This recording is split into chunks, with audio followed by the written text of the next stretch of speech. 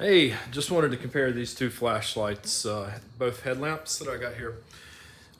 This is the Energizer. It's about a $25 headlamp compared to the PETZL Swift RL, which is about a $100 flashlight. So I've been using both of these for a while. I like both of them, but they do serve different purposes. Obviously, with the difference in price, you would hope that the PETZL would have something a little more to offer. I'll try to set this down here. And let's start with the Energizer first. So the Energizer, just a plain flashlight, has one button here on the top, and it goes into the red mode, then a spot, a flood, then a spot, and then kind of like a dim flood. So as you click through, it cycles through the different modes. If you don't click for a few seconds and then click again, it cuts it completely off. So if you want to cycle through the modes, you have to do that kind of together. All right, so the red light, I used this in a dark spot earlier. I'll turn the lights off here. And it's okay. It's about the right brightness that you want for a red flashlight. But it does have some problems. If you look here, you can see it's kind of spotty. The light on it's not smooth and even, but it has some bright spots and some dim spots. So that's not, that's less than ideal. Going on to the next mode, which I believe is a spotlight. Let's see, these flowers here are right in front of me, and if we go off into the distance, there's a tree right there. It doesn't light up the tree enough to see it on the camera, or just barely. I'm cycling through all the modes here. So it's not going to work too well as a spotlight, but not for distance anyhow, but for up close walking and that kind of sort of stuff, it's probably okay. I did use this for a little while riding on my one wheel. Sorry for my terrible camera work here. It's okay for up close. Now, compare that to the PETZL with the reactive lighting, and you'll see that you really do get something for your extra money.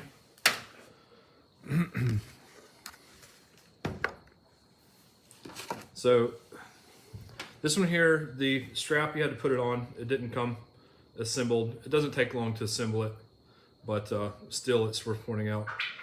And the adjustment here is somewhat difficult to use.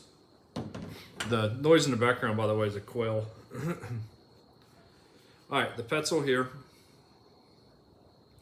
The PETZL here has pretty nice adjustments, and it has two straps that go over the back, which is really nice.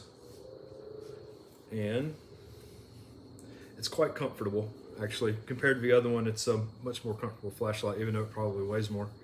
It does not have a red light, but it has this cool reactive mode. I'll turn the lights out here. All right, I don't know if I can show this too well on the camera here. I'll walk out into the grass. But that's on low, that's on medium, that's on high, but all of it's reactive.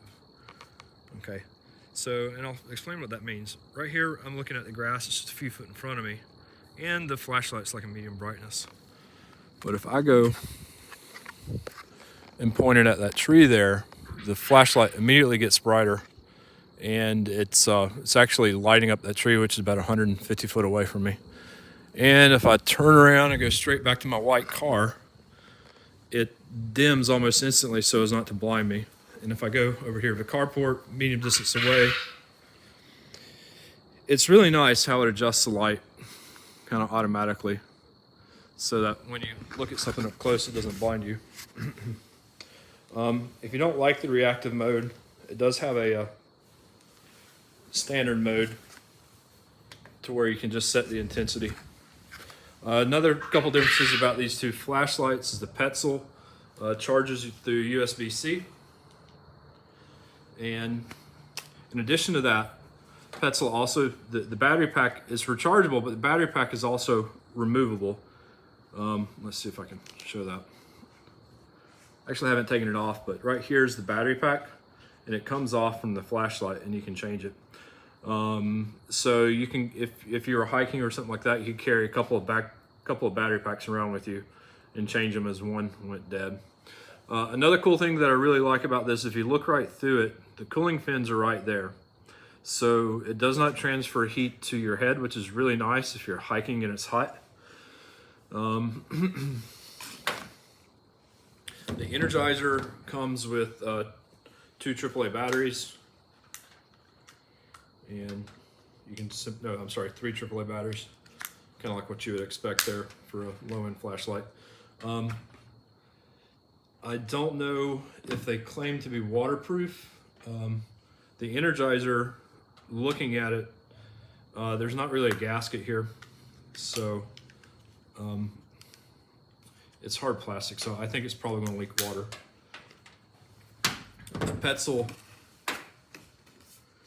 I should have checked if it's waterproof beforehand. It says water resistant IPX4, so there you go. The PETZL, like I said, it's much brighter, and the reactive light is very nice. So if you're going to do something where you're going from up close to far off, the PETZL light's probably worth the extra money. And I believe that's about it that I have for those. Thanks for watching.